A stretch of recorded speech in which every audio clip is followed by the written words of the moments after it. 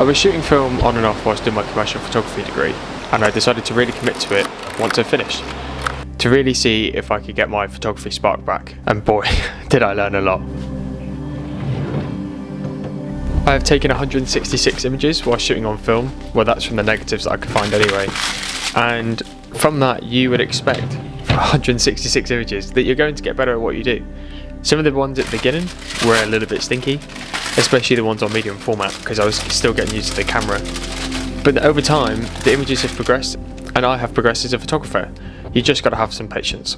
If you're anything like me, you probably thought that film just gives this amazing look straight away, which it does, but it also doesn't.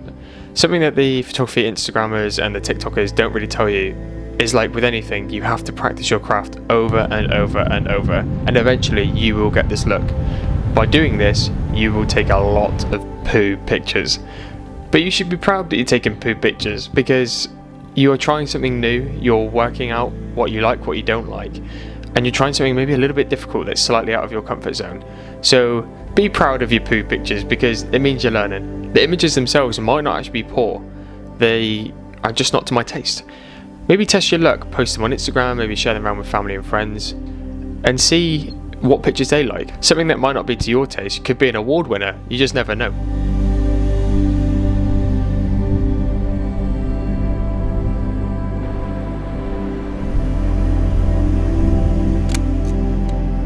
The second main thing for me is knowing your gear really, really well, and it's something that I learned very quickly.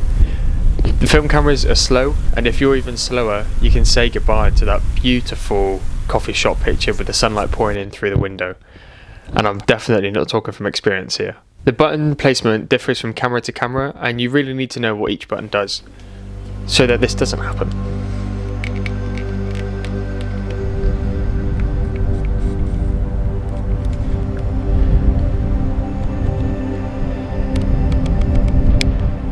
Usually they're quite awkwardly placed, some around the front, some at the top, even some on the back, and if you don't know where to find each setting button, then you're really going to miss out on quite a few images. This is obviously quite different from modern day cameras, as yes, they still have the dials and the buttons and the switches, but a lot of it's just touchscreen now. You can see exactly what you're shooting as you're shooting it, usually through the LCD screen, and you can change the settings accordingly. But with film, you really need to know what you want to shoot and how you want to shoot it, and the look that you really want to get. One of my favourite parts about shooting film is actually picking the film stocks. You kind of have to plan a little bit before, look at the weather, maybe where you're going to go shoot, so that then you know what film stock you want to shoot, what ISO speed you need, and maybe what colour palette. I'd recommend having a rough idea of what colours you really want to get out of your images, and I'm a huge advocate for Kodak Gold 200. I really started my film photography journey over the summer this year, and having the ISO of 200 meant that the light that was hitting the film wasn't too sensitive, so that daylight photography is made a lot easier, especially with how bright it gets in the British summertime. Now we're shifting into winter, I'm looking at getting some films with higher ISO speeds. I'm looking at possibly some Cinestill 800T, just to give it a go, because I've never really shot it, and that's really fun. Like, I don't have to sit down and edit, I can get a pre-chosen look that I've selected, and fingers crossed it captures everything how I want it to be captured. And when it comes to film stocks, I've also shot some expired film, and that's where the real gamble is. You can only guess at how sensitive the film is going to be to light, so you really have to have a bit of a gamble. You have to quite enjoy the process, and also maybe enjoy imperfect images. A lot of my images that I've shot with expired film have the shot number imprinted on the back because of the conditions it was kept in. Some recent stuff that I've bought that I've kept in the fridge, and even though it was expired only in 2023, has a bit of fogging on it, and that's not much you can control. But if you like that and you like that bit of a gamble, then I'd definitely have a look at getting some expired film. Over my time of shooting film, I've become a little bit of a film camera collector addict. I currently have 24 in my collection, and I think that number could be higher if I recounted everything that I have. But realistically, you don't need that many cameras, and I don't use them all. I would recommend getting one camera that you know is solid, maybe no light leaks, and it's reliable in the sense that the batteries don't die and the shutter speed doesn't stick on the camera or anything of the sort. So stick with a camera body that you really like, that you can play around with. get maybe one or two primes. I really like the nifty 50. I love my 50mm lenses. I use it even on my digital cameras. And then if you really want to back up your arsenal, get another camera body that was maybe slightly different, just so it's a bit of fun. If not, get the same one. And then maybe a point and shoot.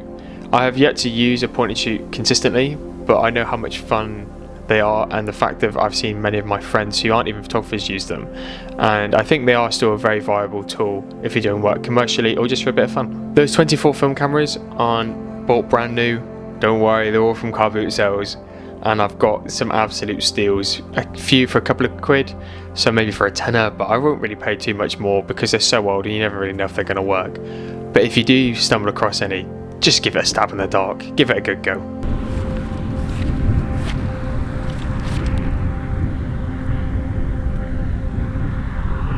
For those of you who are interested, yes, there is quite a big difference between medium format and 35mm film cameras. Number one is the size. Medium format is much bigger, and consider this when you decide what you like to photograph. Number two, the film is much bigger, so the quality is much higher. Number three, the price is quite a bit more. On Analog Wonderland, it is £13.50 for one roll of Kodak Gold 200 for 120mm film, which is for medium format, and £9.50 for 35mm, which you might not think is too bad. But you only get 10 shots for medium format, whereas you get 36 for the 35mm equivalent. So you really need to know where your work is going, as 35mm is usually fine for the majority of the time. I post most of my stuff on Instagram, and the 35mm scans, even at medium quality when I get them done in the film shop, is more than fine. Number four, I do really like the medium format cameras though. They do have their place in what you photograph, and they are really quite a fun experience to use. Most of them don't have batteries, well the one that I use, the Fujica GM670, has no batteries whatsoever, so it is quite an experience, it's really quite fun. And the final thing is cost. Number five. The cameras are much more expensive, especially buying them second hand, and obviously the film is much more expensive, but I do buy a lot of my medium format rolls of film expired. I try to get as close to the current date as I can, but as long as the price isn't too high, and if it's close enough to the most recent date, I will just buy new. That is the biggest differences for me. Over the last 6 months, I have definitely become a better photographer, mainly because I am very aware that each image I take costs me money, but I'm also slowing down and taking the time, because film isn't just, let me just take a quick picture, adjust it where I'm there, and then take another one. It's very much nailing your shot as well as you can, maybe taking that one extra shot if you're really not sure, but that's it. So my variety of images has also doubled by probably 2 or 3 times, because I'm getting an image intentionally every single time. So I'm getting more images, and it's extended my portfolio massively. I'm really happy that I have taken film on, and it's something that I'm definitely going to be continuing with as my main medium of photography going forward. The next step will be for me to scan and develop my own images at home, which I'm yet to do. If you would like to see any of the film images that I do take, or any on maybe some old digicameras, follow me on my Instagram at Grenny Creates. And if you're interested in grading your footage like mine, I use Dehancer, and if you go on the Dehancer website and use code Grenny with all capitals, you get 10% off. And I hope you enjoyed the video, and subscribe down below.